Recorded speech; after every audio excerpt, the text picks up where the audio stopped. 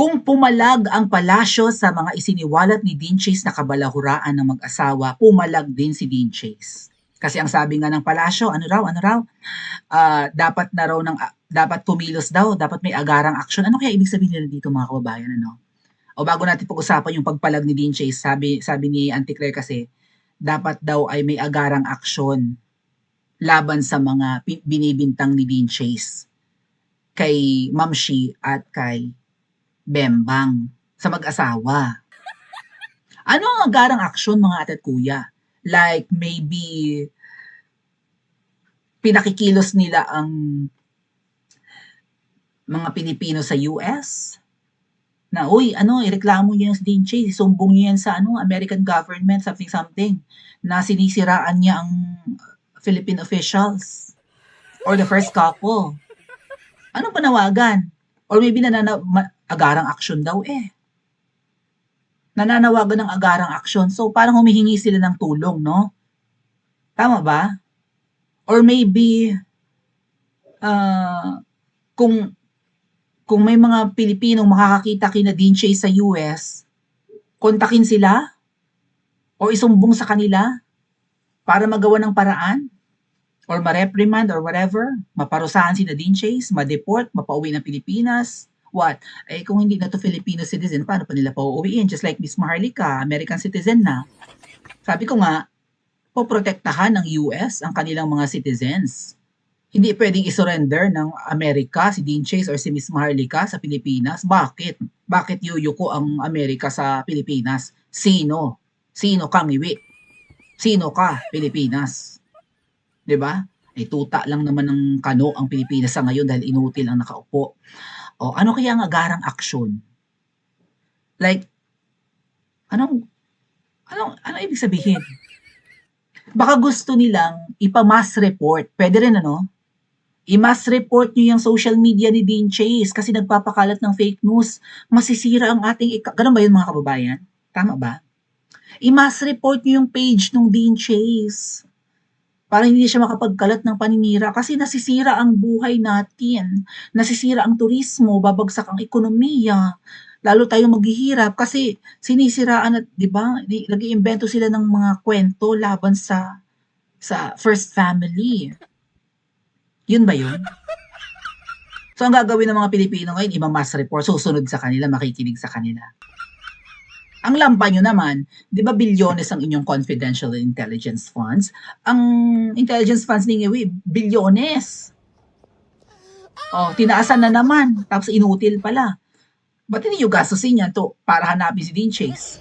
Actually, sinusubaybayan na nga raw, di ba?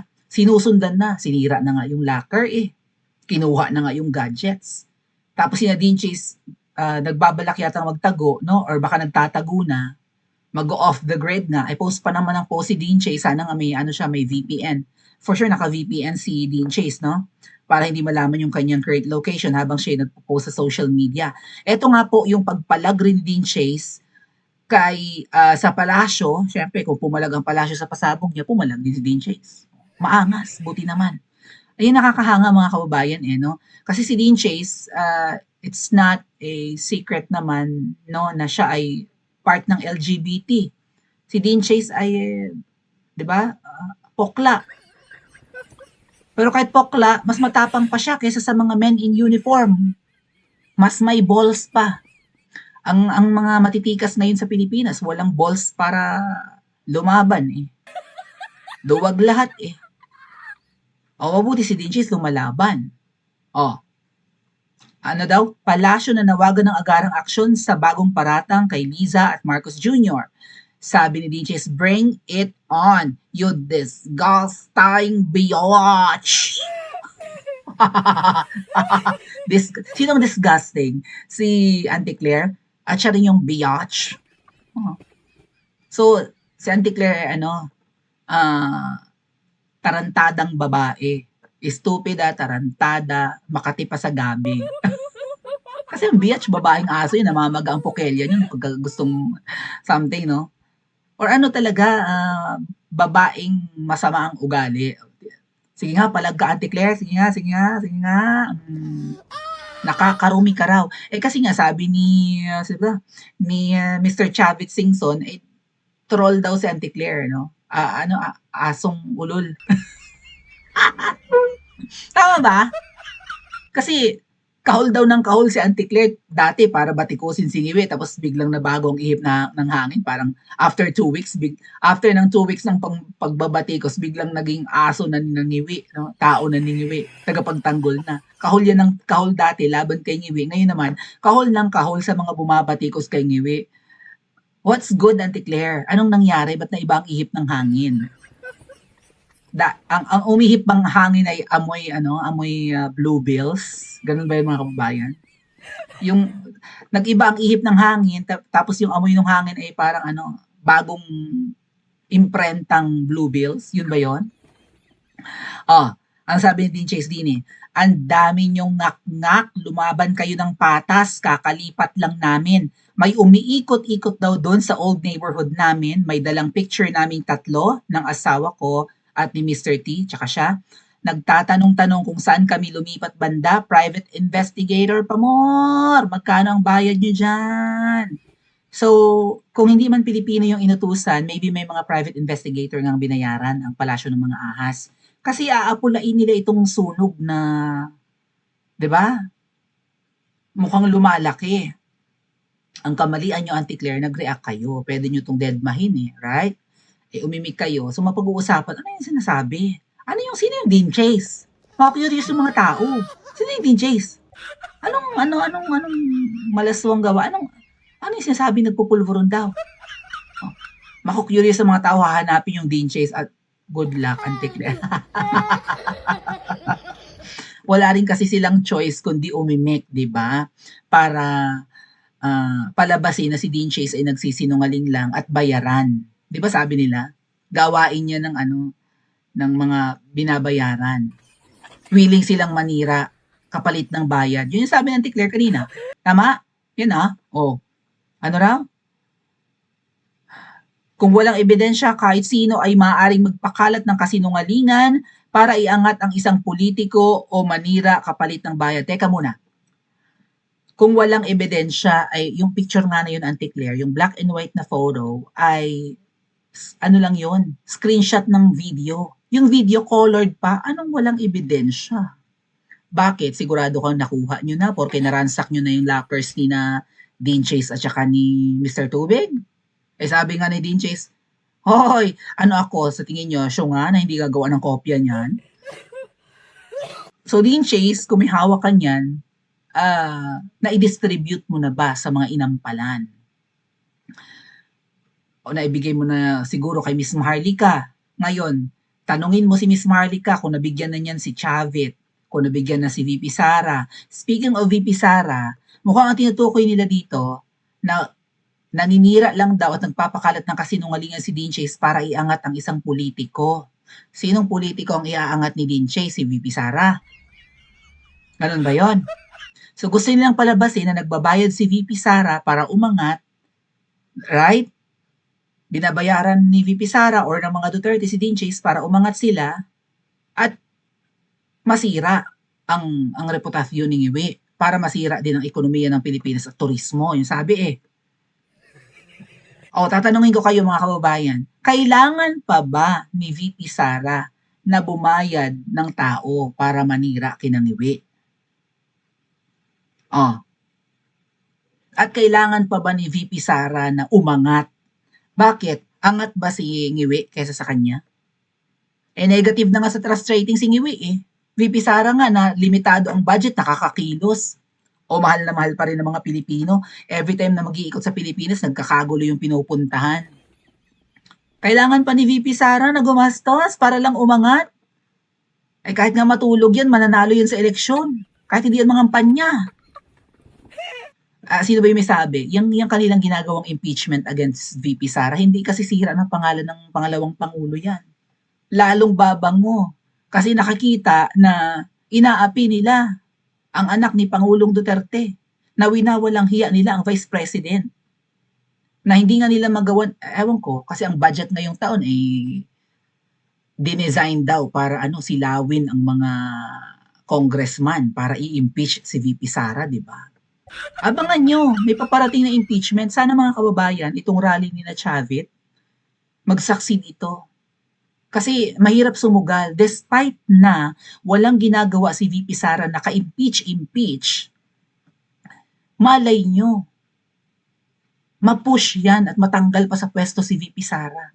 Kapag nag-succeed at nahatulang guilty si VP Sara sa impeachment, hindi na yan makakahawak ng kahit anong posisyon sa gobyerno.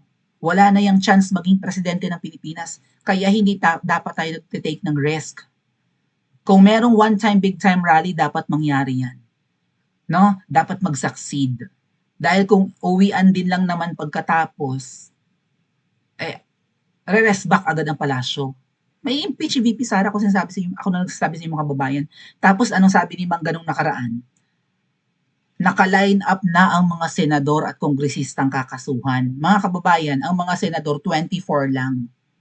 Kung lalamang ang boboto para i-try, 'di ba, magkaroon ng trial sa impeachment ni VP Sara at boboto sa kanyang yes at dapat siyang tanggalin sa pwesto.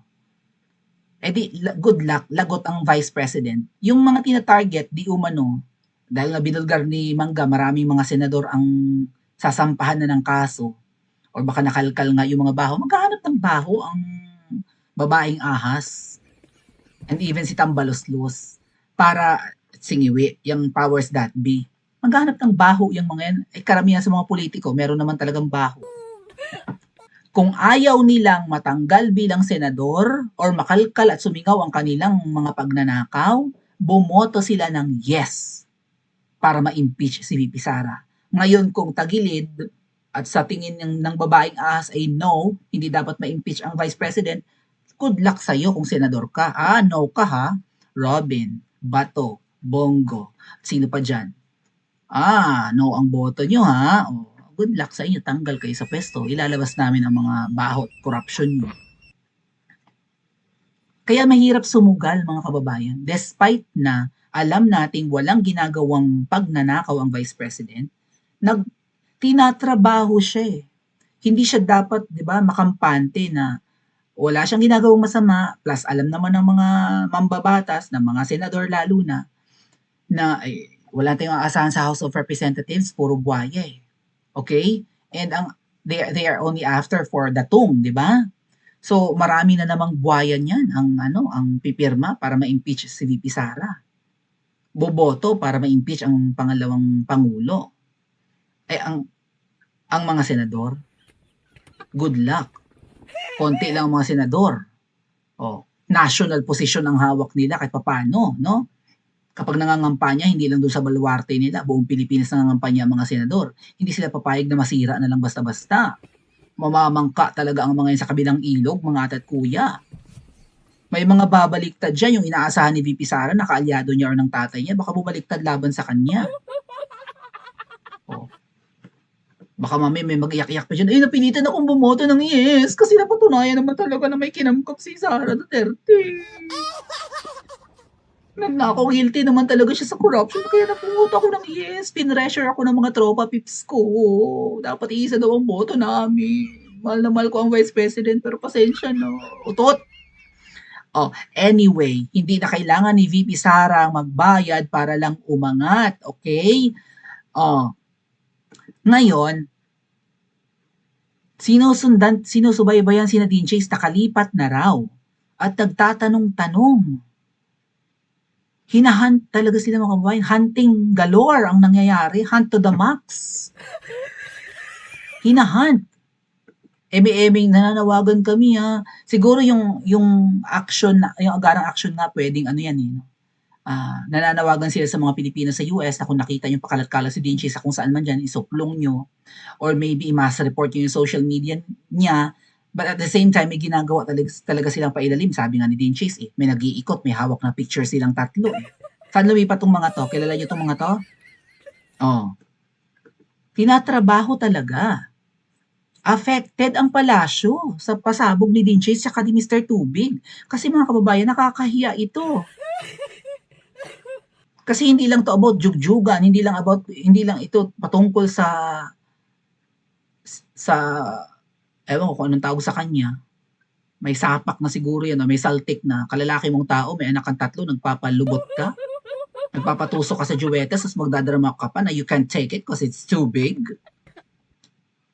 Kaya Dean Chase, aside from nagtatago kayo, right, mga kababayan, aside from nagtatago kayo for your own safety, hindi nyo masasabi kasi na hindi kayo mahahanap, na hindi kayo matitiktikan. Gagawin nila ang lahat, alalahanin nyo may power sila. Naharang nga nila yung investigation ng ng 'di ba, yung sa pagkamatay ni Paulo Tantoco. Wala nang update doon. Basta ang update na lang ayun, okay na overdose accidentally. Ay paano yung parusa, mga kababayan, sa 'di ba, sa mga tao na dapat tumawag na agad ng 911, baka na-revive pa yun. Hinayaan nilang mamatay. Supposedly, nung masama na yung pakiramdam, kumontak na ng 911. Kaso may skandal. Nakikita nila, iba na ang kulay, tagaktak na ang pawis, lupay-pay na yung tao. Hindi tumawag. Kailangan maparusahan. Yung mga kasama, di na Mamshi, even her siguro, na bakit nila hinayaang mamatay yun. Kaso mo, yung pamilya ni Paulo Tantoco, naghahanap baga ng katarungan. Parang hindi naman. Dead man na sila, no? Why? So, ang nangyari kasi, mga kababayan, pinabayaan nilang magurgur yung Paulo Tantoco. In other words, para nilang tinigok.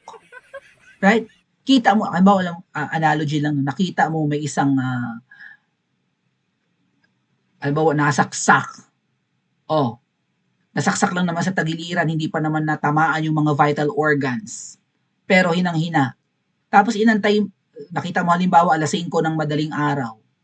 Tapos wala lang, okay yan, kaya mo yan, malayo sa bituka, tagiliran lang yan.